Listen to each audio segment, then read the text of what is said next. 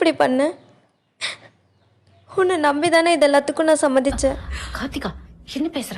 அப்போ எல்லாரும் என்ன ஏமாத்துறீங்களா? என் ஹஸ்பண்ட் எங்க? அது அவரை என்ன பண்ணீங்க? அவர் உயிரோட இருக்காரா இல்லையா? சொல்லு. நீயும் ஒரு பொண்ணு தானே, ஏன் இப்படி பண்ண? எனக்கு அவன் தான் எல்லாமே. எப்படா குடும்பத்தோடு சந்தோஷமா வாழ்வோன்னு கனவோடு இருந்தவன்.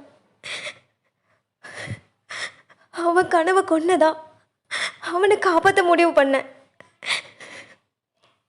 ஏன் இப்படி பண்ண?